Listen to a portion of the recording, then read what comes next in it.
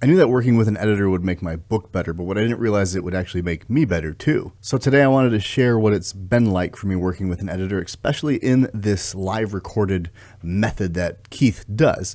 And I'll get into that later, but I'm also going to talk about how I've been dealing with accepting feedback and how I'm dealing with the emotions of the edit, as well as taking ownership of my story and recognizing when I need to do that and when I need to be free to change. So just to catch you up, I did finish the novel Where Magic Slept. It is complete in draft 1 form. I went out and I hired an editor, and he just got done with the first 11 chapters, which is roughly the first third of my novel. And the first thing I want to get into is how it's different, the way he edits a novel, and why it's important to me to have that way be the way that I'm receiving this edit. So what Keith does is he does a live video edit. So he's not live with me, but he presses record on the camera, addresses the camera, and starts reading out loud my novel. This is helpful to me for several reasons. One of the reasons is I have a really hard time reading the tone in text, and oftentimes I'll read something and think it's accusatory or a judgment against myself.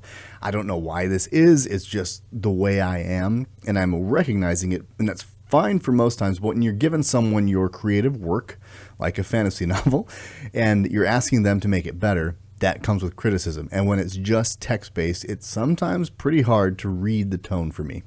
So with him reading it out loud and him stumbling in moments, I can see and hear his response to that and not feel like he's disappointed in me or that I'm never going to make it. He actually is very affirming and also challenging, and that's a good mix because I kind of need both if it's warranted. It's really hard if you're going to get all this negative feedback and nothing's positive, right? Like, I think we all need that, a little bit of hope, so we know we're working towards a goal that's going somewhere. Seeing him make live changes and stumble on a paragraph for a while and try to really think about it, it really gave me a glimpse into the reader's mind. Now, he's going to read the story in a different way than an average reader will, but he was also able to explain that to me, that the reader probably isn't going to jump on this, but they might just stop reading your novel. They won't know why they're stopping, but this is going to stop them or make it harder for them. So you want to do this. So he gave me an education in that as well, instead of just saying, this is out of place, this should probably be ordered here. And I'd be like, well, why? I don't get it. No, Keith would go into a reason why. And, most of the time it was something I took as a note after I felt like I was licking my wounds a little bit. But it's hard because you start to see the patterns in your own writing emerge in a different way. I've read my novel again, and I still didn't see the patterns that I have in writing, but he doesn't know my patterns. He's learning my patterns as he goes, and so every chapter goes on, he's like, I'm starting to see you do this a lot. I'm starting to see you do these triplets a lot, and you want to start reducing how many so they have more impact, and varying sentence structure, putting a noun at the front or the verb at the front of the sentence instead of the or Bram or whatever proper noun I want to throw in there. And these are things that are probably pretty basic to most writers, but me being new and also being an intuitive writer, I would consider myself, I don't really have a lot of English proficiency through an academic sense. And Keith, has these skills. And so I can construct a sentence or a chapter and feel like I know why it's good or why it's not so good. But he has a way of breaking it down and showing you why it's good, showing you why it's not good. And when you realize that you have these patterns, you feel embarrassed at first, or at least I did. But then you realize knowing the pattern, recognizing it, allows you to change it and make a different choice in the future. I always say awareness leads to choice. So it's important that we have choice and we're not just like, well, I don't know what to do. And Keith allows you to have that choice because he tells you what's going on and what to look out for. And yeah, it's tough because he's still got a lot more book to read. And so all those patterns are still there. So I'm not going to go back and reduce all of that. I'm just going to let him see what I've written and avoid the temptation to go ahead of him and re-edit the edit so he can edit the re-edited edit of the edit. I don't even know if that made sense, but we're leaving it in. And I told him this, that I really appreciated the fact that it was an edit, and it's a developmental edit, maybe I should say that, but he's also doing line edits. And he's also unintentionally educating me. So in some ways, I paid for an edit, but I got a masterclass. I got a education. And Brandon Sanderson has said the best way to learn to be a writer is to write. And so I'm writing, I've written, I've done it, a couple times here. And now I'm having an editor teach me through my own writing how to be a better writer. And that is an education that is worth the money that I spent. And I say worth it because I want to be a published author. This is something I'm passionate about for a long time, something I want to be sustainable and not just throw thousands of dollars here and there to just lose thousands of dollars in print. And through learning and through him educating me, I'm going to be able to edit better. He's already said that through the process so far, I've improved. He's seen my improvement in my writing, and that's encouraging. I was a good writer. Now I'm getting better, and I want to be great. And this method of live video recording, having his insight, watching him stumble, even if he doesn't address it, I'm going to go back and look at that. Because sometimes he'll stumble and he's rationalizing in his brain not out loud all the time. And I can see that there's something off about that sentence. And so I go back and I can read it and see if it's smooth to me, because there is, and I'll get into this later, objectivity, there's subjectivity, there's all these biases and things out there. So we have to learn what is and isn't for us to change. But in a write-up, you don't get all of the stumbles, all of the head tilts. You don't get it all because it's not all going to make it there. But when you see it, you know it's there. And I'm a bit of a, I don't know if the word would be passive learner. I'm very auditory, very visual, but there's a part of the process where I don't like being taught directly. I like this passive teaching where I'm observing and simple things like him seeing a word and like, I think this needs to be hyphenated. Yeah, because this modifies it. Yeah, I think hyphenate. And I'm like, oh, that's what a hyphen's for. Like I've learned what M dashes are for and what hyphens are for. I still suck at dialogue, not the words, but do I put a comma at the end? Do I put a period? Is said capitalized, but proper noun is capitalized? But sometimes it is capitalized, but then you go in, if it's a comma, and then you go to the next thing, the next quotation, does that start capitalized? I just can't get it. So I need help. And that one I still have tried to study. I don't know why I don't get it, but I just don't. So sorry, editors. If you ever edit my book, it's going to be sloppy with that. And I'm trying, okay? I'm not trying to just say, oh, okay. I'm actively trying. One of the lessons that I also learned is in the editing process, the editor isn't God. The editor isn't the correct voice. It's just a voice, and you have to learn to accept it that way. Not every edit is going to be one that makes it into my novel. It shouldn't. Keith said this, like, don't just take every edit I say and put it in your novel. Like, the novel still has to be you. I'm just trying to help you refine the voice and make it marketable, more impactful of a story. But he's naturally going to have a bias. He's naturally going to see trends that he doesn't want or he wouldn't choose. And though he did a really good job of keeping those out, they sometimes sneak in because how couldn't they? But most of the time they did make it in, and sometimes that process is a little smoother than other times. And what I mean by this is sometimes I'm like, oh, duh, my God. Yeah, that's so obvious. Why didn't I think of that? Other times I get an emotional response, I get defensive, and I'm actively trying to justify why he's wrong. This is something that I do, and this is something I've learned through the process of living, plus this really was a perfect container where that stuff bubbled up. I get defensive and I have to stop and ask myself, is this valid? Or am I just not wanting to change it? Or am I embarrassed because I didn't get it right? If those are the answers, then I know I need to probably embrace the edit and do the change, but I give it time. I don't always immediately do it. Sometimes he talks in the edit, the live video for a few minutes on a topic, and by the end of that, sometimes I'm like, okay, I see your point. But I'm like, the whole first part of the 2 minutes and being like, that's wrong, you just don't get it. But a lot of times he does, and it could be as simple as get a stronger hook at the beginning, get a stronger hook at the end. I'm not really sure what I'm supposed to care about in this chapter. And you're like, oh God, that hurts. That seems like a lot of work. And it ends up not being a tremendous amount of work. Then there's some things where he will say, this character I'm not connecting with, or this line doesn't fit with this character, or he sees a beat that's not supposed to be a romance beat, but thinks it's a romance beat. And then I have to be aware that, listen, I shared it with somebody else and they got it. I shared it with you and you didn't get it.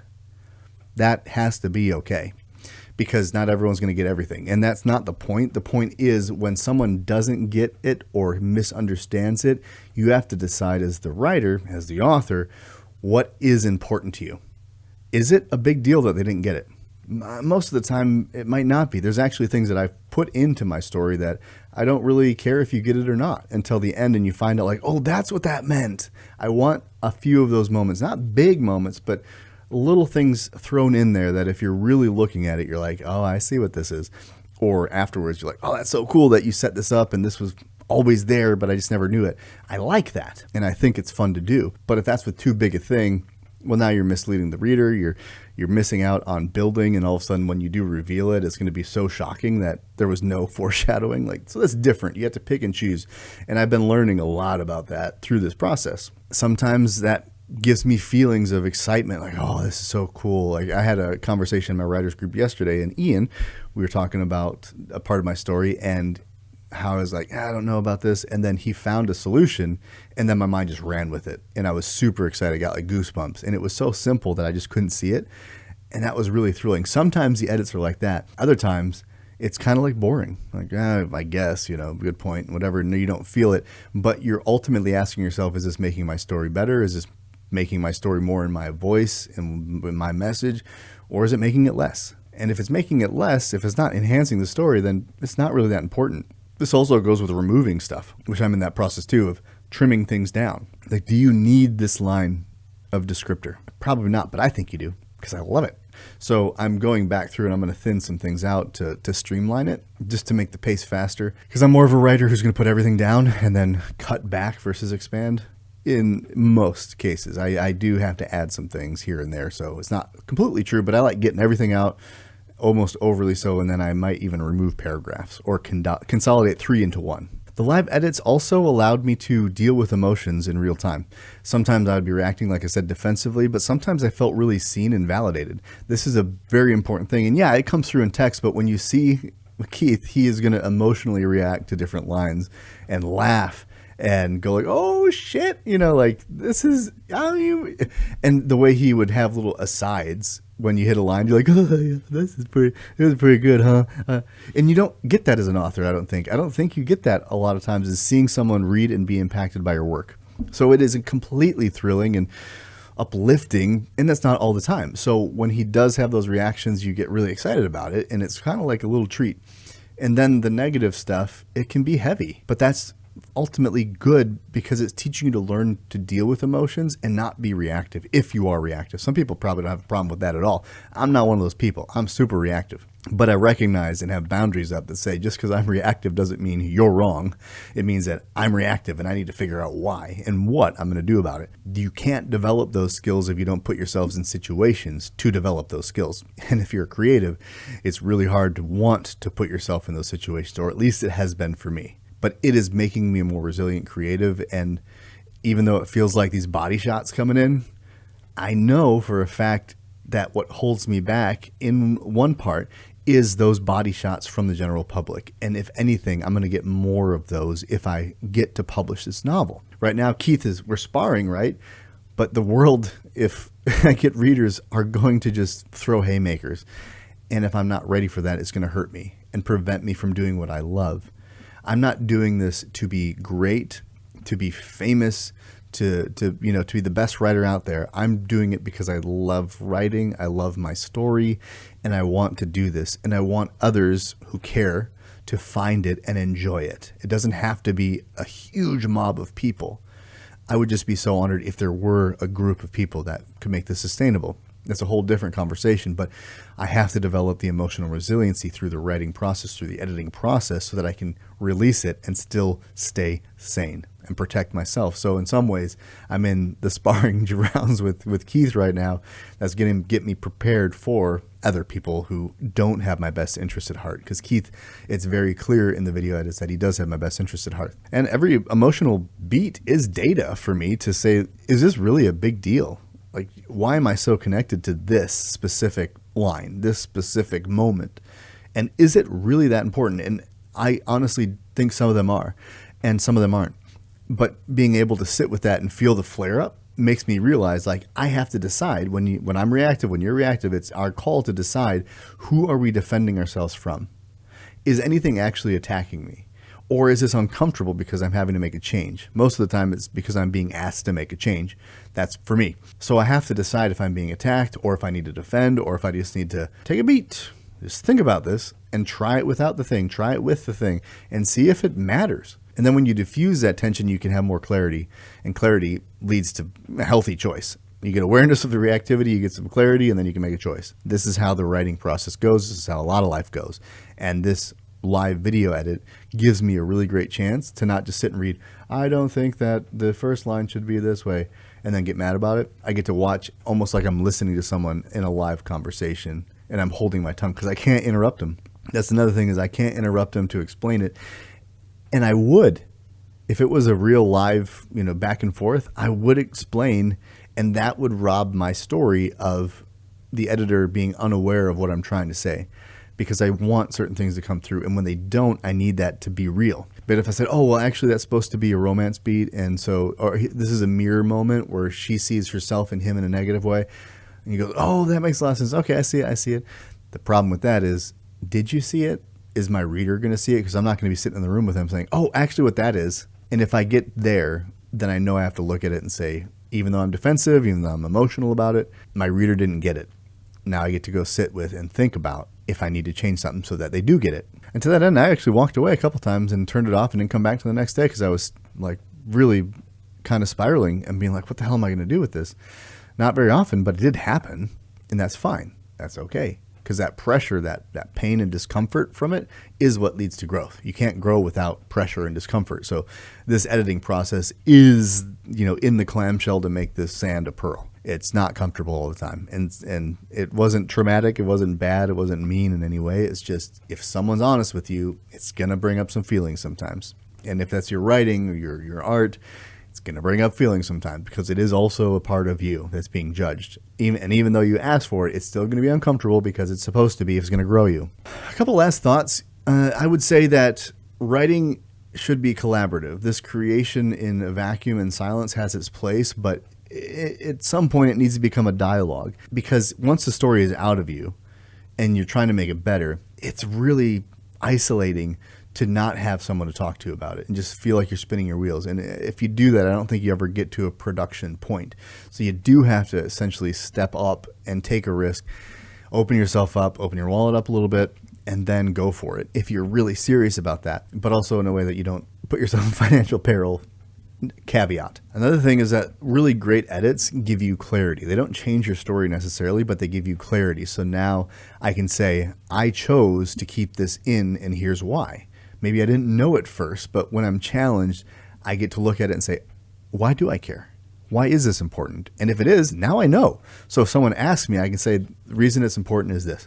It gave me clarity. So whether it keeps in the book or it gets out of the book, you know why. Instead of you're like, fine, I'll delete the paragraph, whatever. That's not healthy. That's not growing you or anything. It's just you cowing to an editor. You got to know why. And this is hard to learn unless you have some other people asking you why. You also learn humility through cutting things, through allowing someone to tell you where your weaknesses lie. You also gain confidence because you start to realize that if you take out a paragraph, your book still works. And there's this scarcity about losing any kind of word, because for the way I write, I put a lot into it, but I'm going to take a bit out. And the reason I used to not want to do that is because I was afraid I couldn't replace it with something. And through this process of editing, you learn that you do have more ideas. You can refine, you can add, you can subtract. You're not tanking your novel if you even had to cut a whole chapter and re-architect it. And that, I think, and I believe, is going to help me be a better author in the future, a better writer in the future, because now I'll know more clearly how to go into a chapter and ensure that I'm tracking these certain beats, making sure I have a hook, and questions are answered, or they're not answered, or they're established. It has a clear focus. I'll have a clearer focus, I should say, for my chapters, because I'm learning. I won't do as many triplets. I won't do as many maybe metaphors, or I won't over explain certain things that could be compressed. But it takes time. You have to learn these things over time. And I'm getting there, but it's been challenging. So that's going to be all of the stuff I want to talk about today. But I will say, if you want to work with Keith, if this video process of editing works for you or sounds intriguing to you, please do reach out to him. You can find him on YouTube at The Digital Novelist, or you can go to his website, keithhayden.net. KeithHayden.net is his website, and reach out to him there. Say, hey, what's up with this video editing? I've heard it. He's going to share some of, I did give him permission to share some of our edits. I mean, I won't be on it, but I gave him permission to take excerpts from the experience of his recording and put it on his YouTube. So if you want to check that out, I don't know when he'll do that or if he will.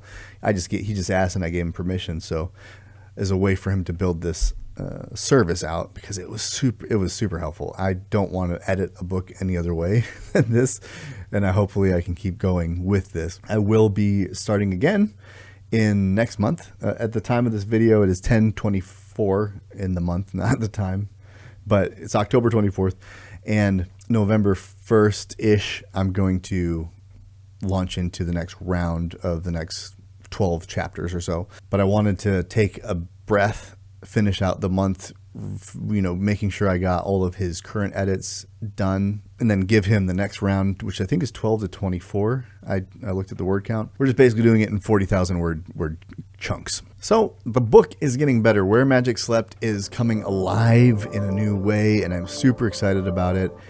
Got a lot to do yet, but we're moving closer. The Sisyphus is rolling that boulder up, and we might actually get to the top of the mountain. I'm looking at Sisyphus and be like, bro, it wasn't even that hard. I don't know why you've been struggling so long. But that's going to do it for this video. Thanks for stopping by. I hope to see you in the next one. And until then, enjoy well, my friends.